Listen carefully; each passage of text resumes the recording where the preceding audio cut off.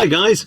So in the previous video we went ahead and installed the rear console for the Model 3 and the Model Y, and what I wanted to do, as promised, is follow up with a video to see how it worked in the real world. So we've been on some longer journeys, some shorter journeys with and without the kids, just to see how it fares in the real world. We've got some pros and cons, and we've got some neat tricks and tips. So let's get started.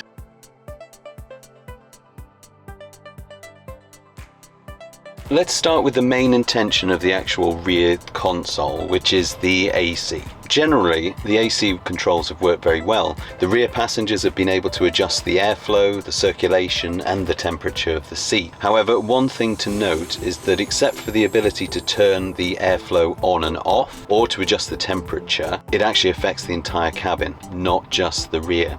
So basically, if a passenger increases the airflow at the back, the airflow at the front seat will follow.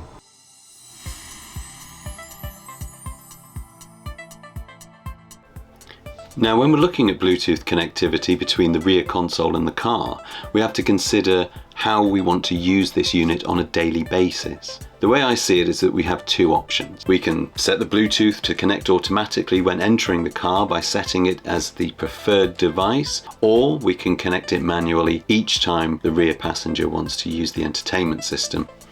I personally prefer the manual option, and here's why. We have to remember that the Tesla Bluetooth can only connect to one device at a time. So, by setting the rear console as the preferred device, you'll not be able to make telephone calls via the car, which is something that I've found to be very inconvenient.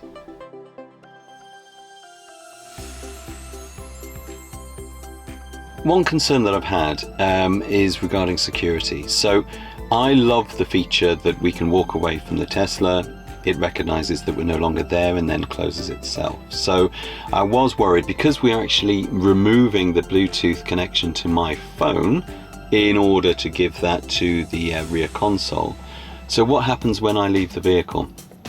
Well, I am happy to report that I've tested it a number of times and it does still work. Now, I did have to try and figure out why, and I realized that no, as soon as you close this door and you've exited the vehicle, this actual console shuts itself down. Therefore, the car is looking for a Bluetooth signal, it can't recognize a device, assumes that you've left and closes the door for you.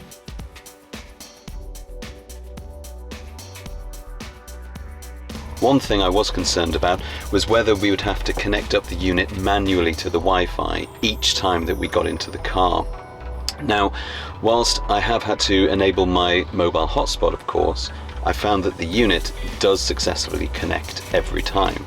Now, you will have to, however, go and select the Auto Connect to Wi-Fi option in the settings. Up to the network, and we go to Network Connection Method, which we then change to Automatically Connect.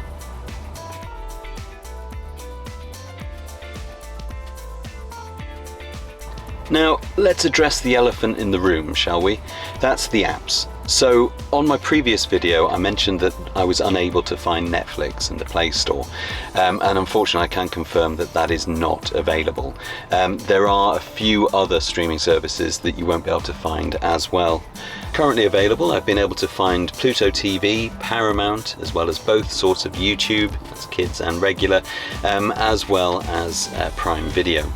Unfortunately, I've not been able to find Disney Plus, Netflix, Apple TV Plus, Hulu, or HBO Max, so there is some restriction in the streaming services available. Some streaming services are online using the Chrome app. For example, here we've got BBC iPlayer, which I use to play the news, but unfortunately I can confirm that Netflix, Disney Plus, the others that we've mentioned, they do not work as a streaming service over Chrome. For me personally, this is enough. I'm not the primary user of the device though, so really it's up to your passengers.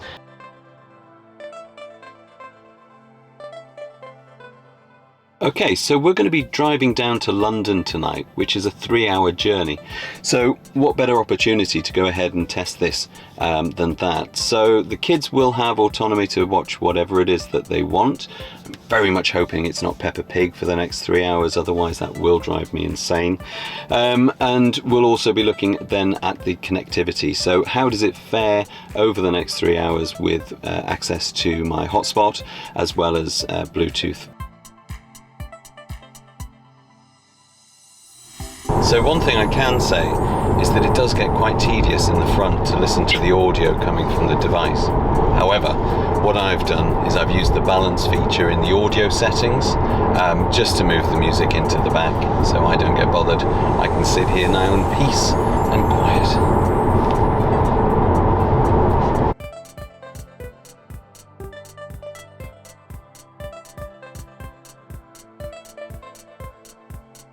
Right, so we've reached our destination, 2 hours and 40 minutes I think it took.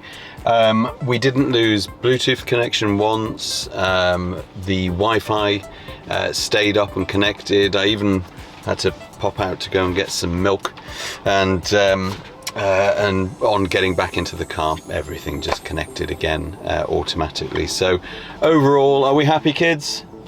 Yeah! It's enthusiasm for you.